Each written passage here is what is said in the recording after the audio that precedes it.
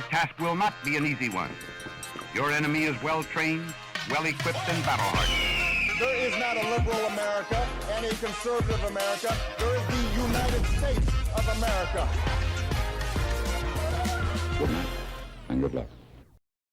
Hey everybody, it's Rick. You know, this week there's a theme in Washington. I'm not sure if you've all picked up on it, but the theme is Kabuki. Kabuki is the elephant in the room this week.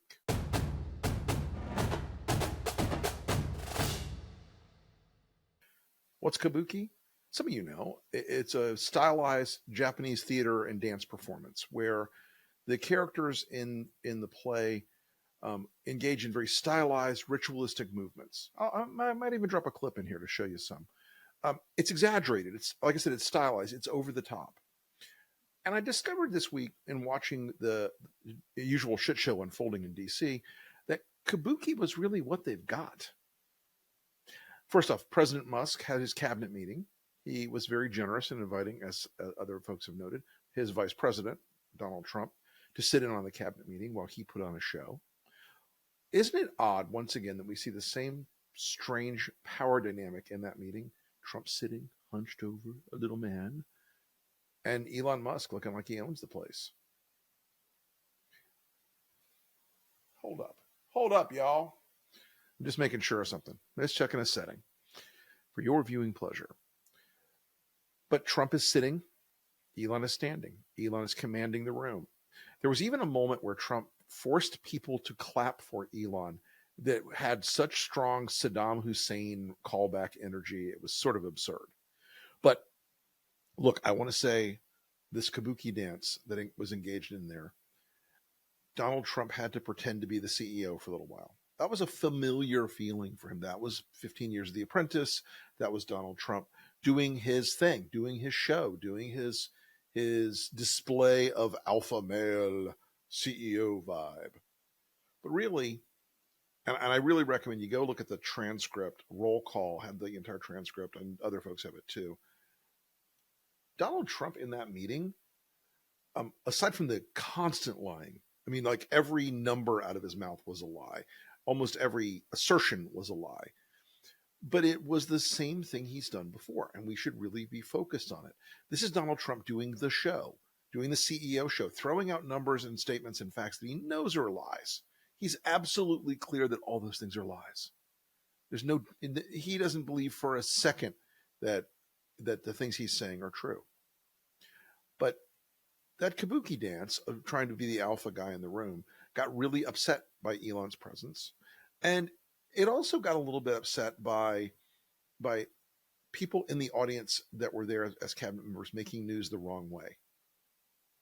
For instance, Dr. Polio, RFK Jr., is there sort of waving off a measles epidemic. No one's died of measles in the country for a decade. It's not unusual. We have measles outbreaks every year. We haven't had an epidemic like this forever. Why? Because vaccinations work and vaccinations are good. But the Kabuki dance there is that RFK has to pretend to be like, well, we're treating it scientifically, even though they've largely dismantled the efforts to scientifically handle medical crises like measles. The other thing, by the way, if you go back to Elon for a second, he is, of course, a fabulist in the same way Trump is. But yesterday there was a particularly interesting moment where he says, oh, well, you know, we accidentally shut off the money for Ebola coverage in Africa. One of the things we accidentally canceled very briefly was Ebola, Ebola prevention. I think we all want Ebola prevention. Oh, did you? Ebola?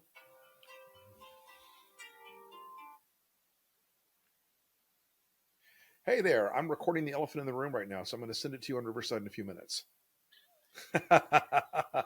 Bye.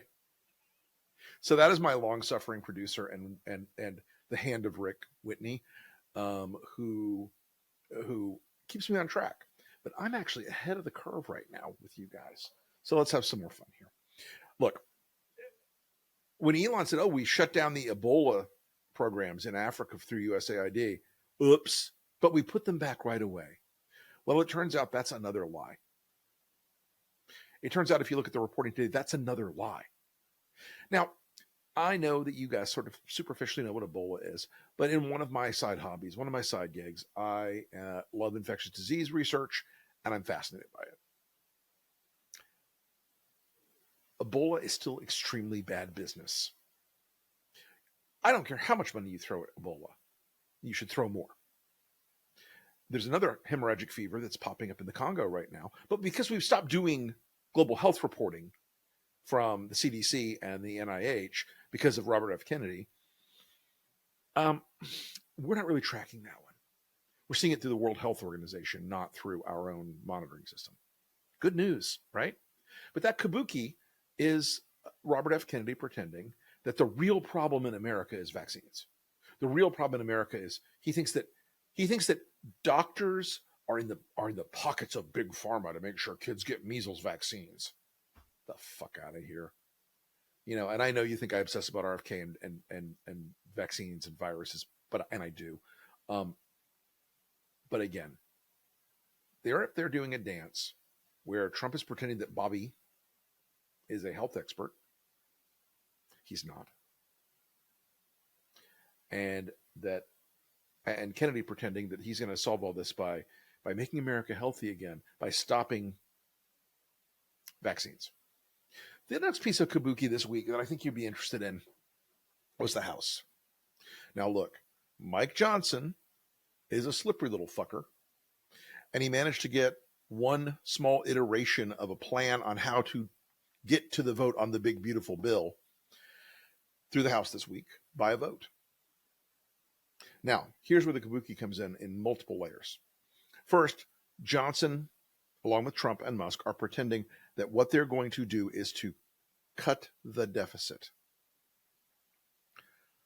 What they are really going to do, and we're seeing it right now playing out, they're going to cut Medicare, they're going to cut Medicaid, they're going to cut Social Security, not just the staff and the bureaucracy.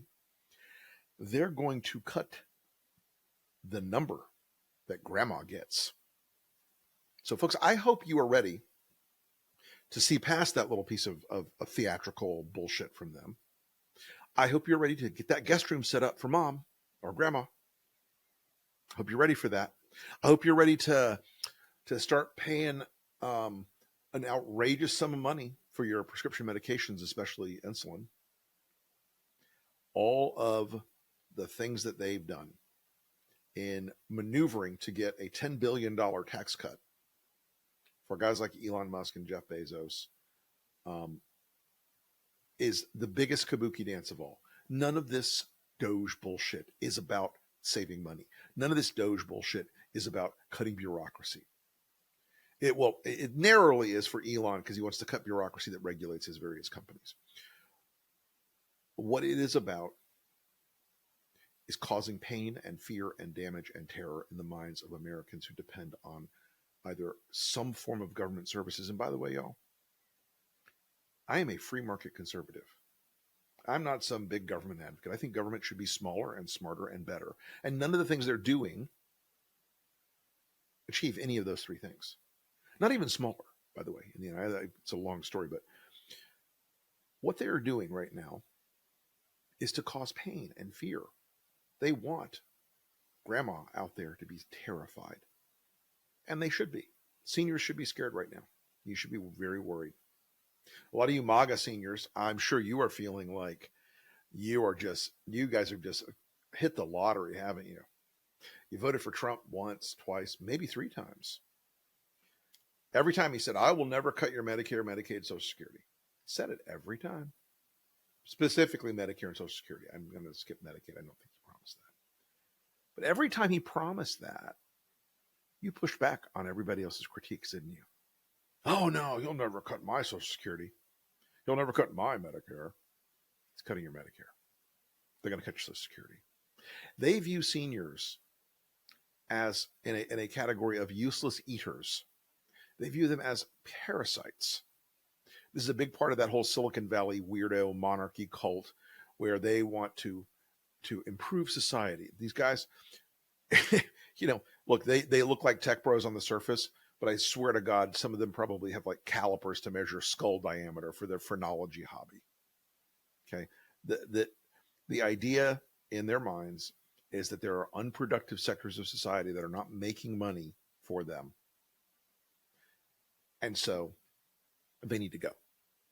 So if life expectancy for seniors falls on 2, 4, 5, 6 years, you can make an argument if you're Russ Vought or Elon Musk or one of these lunatics that it's going to save the government so much money. Forcing these seniors back into their children's homes, it's amazing. Politically, they used to always joke that the Social Security was the third rail of American politics.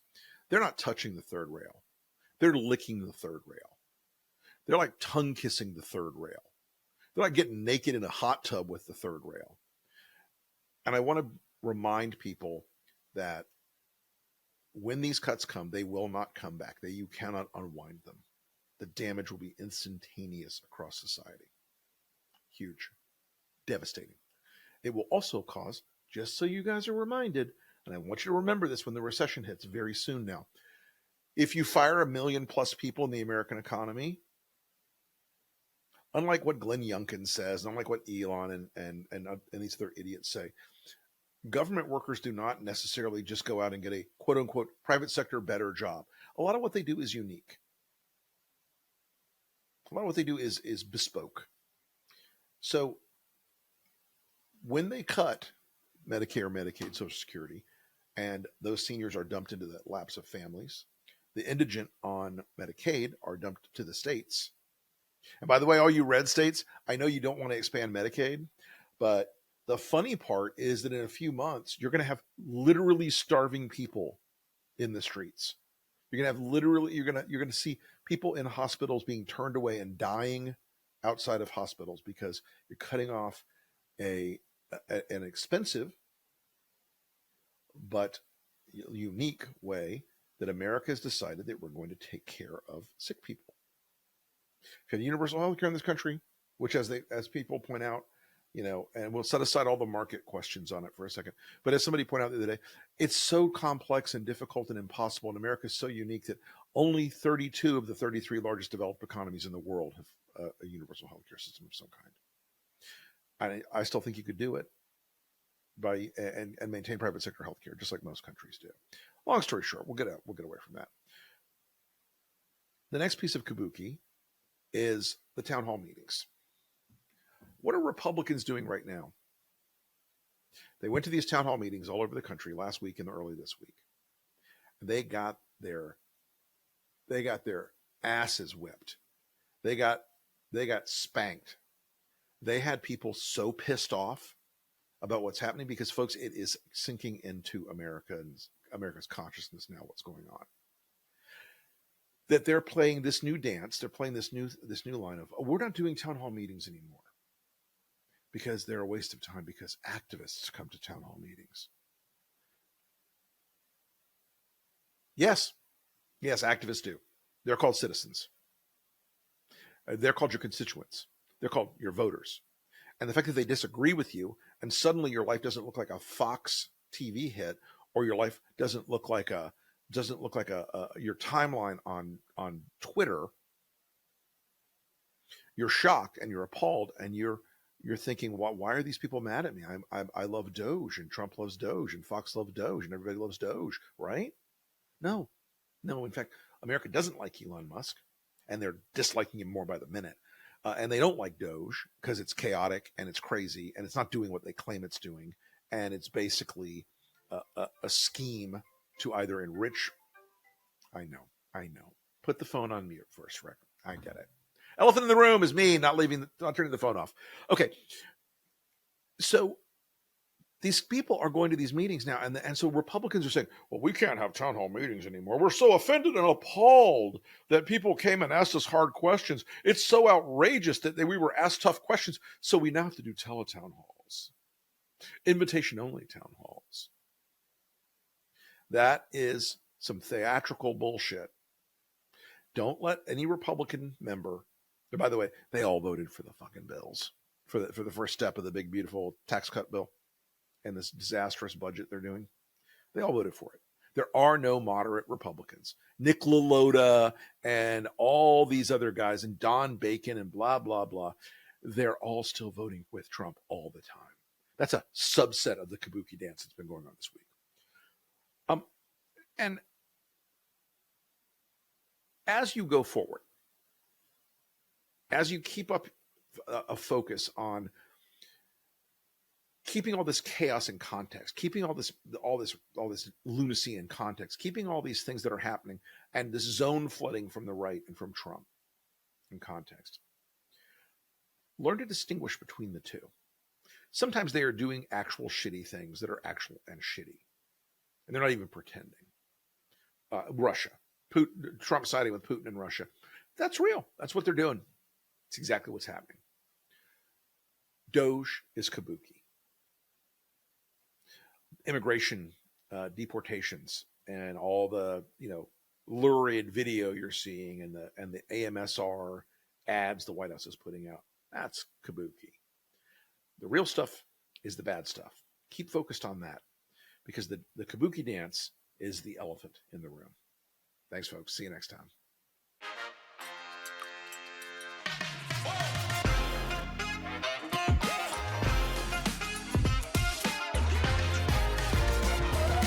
Good night and good luck.